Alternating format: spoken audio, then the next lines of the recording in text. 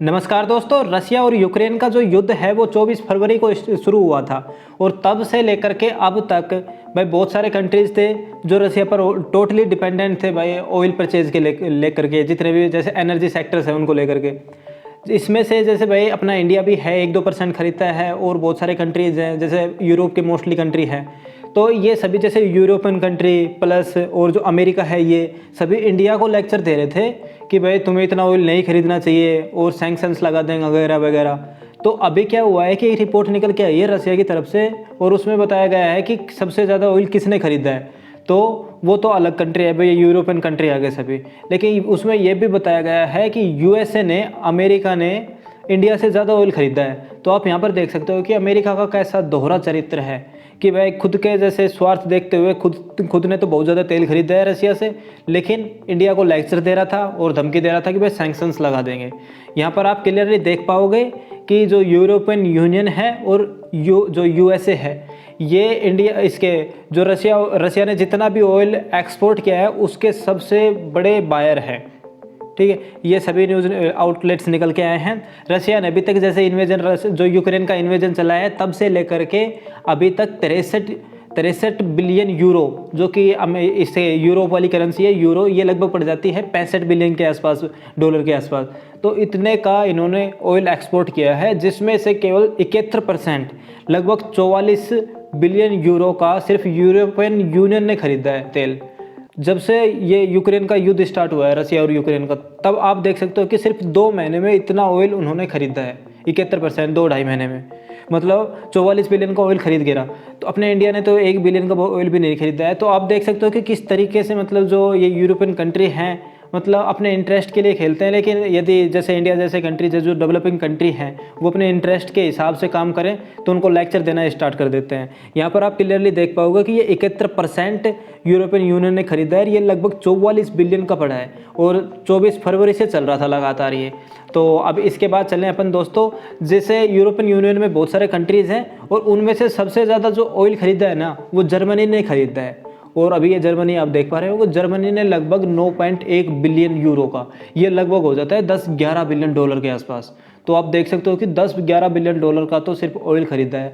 Oil, natural gas वगैरह वगैरह ये रसिया से इंपोर्ट की गई है। तो आप देख सकते हो कि कितनी तरीके से जो यूरोपियन कंट्री है ये किस हद तक रसिया पर डिपेंडेंट है और फिर भी रसिया पर सैंक्शंस लगा रहे हैं। और इसी कारणवश देखते हुए भाई रसिया ने भी 2 कंट्रियों के वैसे ऑयल इंपोर्ट पर बैन लगा दिया था।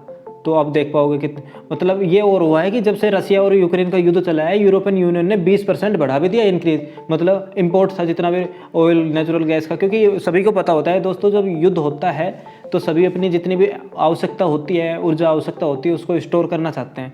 तो यूरोपियन यूनियन ने सभी ने अपनी जितनी भी ऊर्जा आवश्यकता थी उसको स्टोर किया है। जितने भी बंकर वगैरह जैसे ऑयल के बंकर्स होते हैं, जितने भी कुछ भी होते हैं उनको स्टोर करके रखा है कि जैसे भविष्य में कोई भी ऐसी चीज़ें हो जाए, युद्ध ज़्यादा बढ़ जाए और जो रसिया है ये ऑयल बिल्कुल जो एक्सपोर्ट करता है उसको बिल्कुल बंद कर दे तो थोड़ा दिन तक चल सकते हैं। ये इस तरीके से इन्होंने स्टोर किया है। तो 20% तक, मतलब जितना खरीदते थे पहले उसमें से 20% तक बढ़ा दिया गया है इंपोर्ट।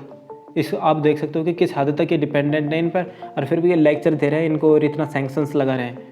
ठीक है, यदि रसिया भी उस तरफ से सैंक्शंस लगाना स्टार्ट कर दे तो क्या हो सकता है। हालांकि इंडिया ने क्लियरली मेंशन कर दिया था जब से युद्ध शुरू हुआ था तभी से कि भाई इंडिया की अपनी एक जो पॉलिसी चल रही है वो नेशनल इंटरेस्ट के हिसाब से चल रही है। एनर्जी सिक्योरिटी हम चाहते हैं क्योंकि हमारे इंडिया में ऑलरेडी भाई तेल का प्राइस इतना ज़्यादा बढ़ चुका है, तेल और गैस का, और इसलिए भाई हमें एक तरीके से यदि डिस्काउंटेड रेट पर ऑयल मिल रहा है तो हमें ख़रीदना पड़ेगा क्योंकि वो हमारी जितना भी बजट बना रखा है उस हिसाब में मिल रहा है। यदि बजट के आउट हो जाएगा तो वो एक तरीके से हमारा बजट डिग जाएगा। तो इसके साथ अपन चले तो भाई यूएस ने जितना इंपोर्ट किया है वो मैंने ऑलरेडी बता दिया कि भाई इंडिया से ज़्यादा इंपोर्ट किया है जब से ये युद्ध चला है तब से। और ये सभी जैसे द हिंदू की, इंडियन एक्सप्रेस की और भाई जितने भी जैसे इंटरनेशनल न्यूज़पेपर है, एशियन और न्यूयॉर्क वगैरह, इनमें सभी में द गार्जियन वगैरह में भी ये न्यूज़ निकल के आई है कि भाई जो यूरोपियन यूनियन है यही इनसे ज़्यादा, इंडिया से ज़्यादा यूरोपियन यूनियन में अब देखो 9-9, 10-10 बिलियन तक तो ये इंपोर्ट कर रहे हैं। हालांकि अभी क्या हुआ है कि भाई इसकी जो जर्मनी है इसको क्रिटिसाइज़ भी करने लग गए हैं बहुत सारे कंट्रीज़ की, भाई तुम ही फंड कर रहे हो, तुम ही फंड कर रहे हो। तो इसी के देखते हुए भाई इन्होंने क्या किया है कि इंडिया की मदद लेना चाहिए और इंडिया को कहा है कि क्या तुम मतलब एक तरीके से जैसे हमारे अभी क्या हुआ है कि हमारे नरेंद्र मोदी जी यूरोप की यात्रा पर गए हुए हैं 3 दिवसीय में, जिसमें वह अभी पहले तो जर्मनी में गए थे, आज के दिन जैसे डेनमार्क में हैं और कल फ्रांस में होंगे। तो जब जर्मनी में गए तो इन्होंने ये कहा कि भाई आप या इस चीज़ से मतलब रसिया को क्रिटिसाइज़ करना चाहोगे, मतलब कुछ ऐसी बातें की कि जैसे कि ये एक तरीके से अपने आप को निर्दोष साबित कर सकें। ठीक है, तो ये अभी इंडिया ने ऐसा कुछ भी बयान नहीं दिया, लेकिन हमारे जो एस जयशंकर हैं उन्होंने क्लियरली मेंशन कर दिया था एक्सटर्नल अफेयर मिनिस्टर्स ने, कि जब इन्हें लेक्चर दिया जा रहा था एक तरीके से हमें ये कहा गया था कि भाई इंपोर्ट जितना भी तुम इंपोर्ट कर रहे हो रशियन ऑयल उस पर बैन लगा दो, इंपोर्ट मत करो। तब हमारे जो एस जयशंकर साहब थे उन्होंने बताया था कि आई नोटिस्ड यू रिफर, मतलब आप पहले हम पर देख रहे हो, इससे पहले आप यूरोप में देखो, अपनी तरफ देखो, यूएसए उन्होंने पहले बता दिया था, हालांकि उनके पास रिपोर्ट नहीं थी लेकिन उन्होंने पहले बता दिया था ये। फिर उसके बाद भाई अपन देखें तो भाई कौन कौन सबसे ज़्यादा खरीद रहा है, तो यहाँ पर देख पाओगे जर्मनी है, उसके बाद इटली है, इटली के बाद चाइना है, फिर नीदरलैंड आ रहा है, फिर तुर्की आ रहा है, फिर फ्रांस आ रहा है, फिर ये डिफरेंट कंट्रीज़ है। अपने देखोगे सबसे लास्ट में इंडिया है, और जो इंडिया खरीद रहा है वो अपनी सिक्योरिटी का मतलब जितना खरीदता है सिर्फ 1-2% खरीद रहा है, उसके अलावा तो हम बहुत सारे कंट्रीज़ पर डिपेंडेंट है। लेकिन इससे उसके बाद यूनाइटेड स्टेट देखो, यूनाइटेड स्टेट के बाद इजिप्ट आता है, इजिप्ट के बाद हमारा इंडिया आ रहा है, और यूनाइटेड स्टेट से ऊपर जापान भी है। तो आप देख सकते हो कि भाई किस हद तक ये डिपेंडेंट है, लेकिन लेक्चर हमें देना है। और उसके ऊपर भाई ये भी है साउथ कोरिया में, लेकिन लेक्चर इंडिया को देना है और इंडिया को क्रिटिसाइज़ करना है इस तरीके से, मतलब एक तरीके से पूरे जैसे यूक्रेन वगैरह में या इंटरनेशनल लेवल पर इंडिया की छवि एक तरीके से ख़राब करनी है कि भाई यही इंडिया ही एक तरीके से वो कर रहा है, फंड कर रहा है और इंडिया पर सैंक्शन लगा देंगे वगैरह वगैरह। लेकिन हाँ, अभी क्या हुआ है कि प्रेजेंट गवर्नमेंट हमारी इतनी स्ट्रॉन्ग है कि हमें जैसे ये जब चीज़ें चलती है तो हमें एक मोदी जी का एक स्पीच याद में आता है कि ना तो हम एक तरीके से आंख झुका करके बात करेंगे, ना आंख उठा करके बात करेंगे तो आंखों में आंख डाल करके बात करेंगे, वो चलता है यहाँ पर।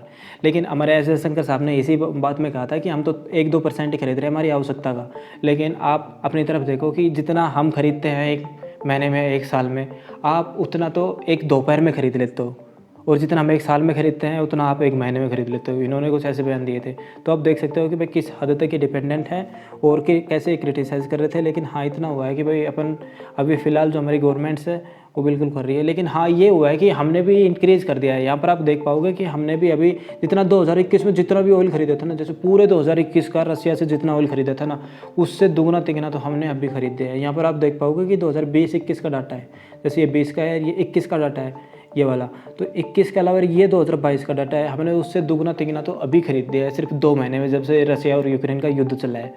हालांकि हम जैसे बताया गया है कि जैसे कि सबसे ज़्यादा जो ये तेल खरीदते हैं हम, उसमें सबसे ऊपर आता है इराक, जिससे हम लगभग 22 बिलियन तक का वो खरीदते हैं ऑयल।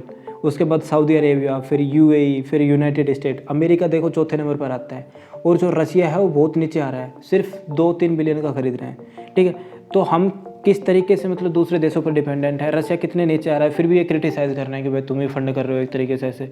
लेकिन यहाँ पर आप क्लियरली देख सकते हो कि भाई यूनाइटेड स्टेट से भी खरीदना है।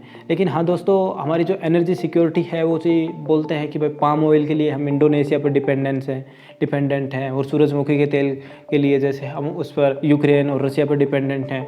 और अब क्या हुआ है कि ये ऐसे क्रूड ऑयल के लिए हम कितने कंट्रीज़ पर डिपेंडेंट हैं। हमारा जैसे बहुत बड़ा फॉरेक्स रिजर्व है, उसका बहुत बड़ा हिस्सा तो सिर्फ हमारी ऊर्जा आवश्यकता को पूर्ति में ही लग जाता है। तो दोस्तों, इसका क्या सोल्यूशन हो सकता है? इसका सोल्यूशन एक ही हो सकता है, वो है भाई एक तरीके से ये सौर ऊर्जा, या जैसे बोलते हैं सौर ऊर्जा, पवन ऊर्जा, यही हो सकती है, इसके अलावा कुछ नहीं है।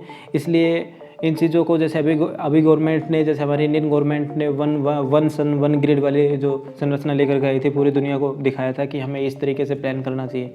और गवर्नमेंट करेगी, लेकिन हमें भी बढ़ चढ़ करके हिस्सा लेना चाहिए, और हमें जैसे कि भाई पवन ऊर्जा, सौर ऊर्जा पर, इन पर विश्वास करके हमारी गवर्नमेंट को सपोर्ट करना चाहिए, ना कि क्रिटिसाइज़ वगैरह।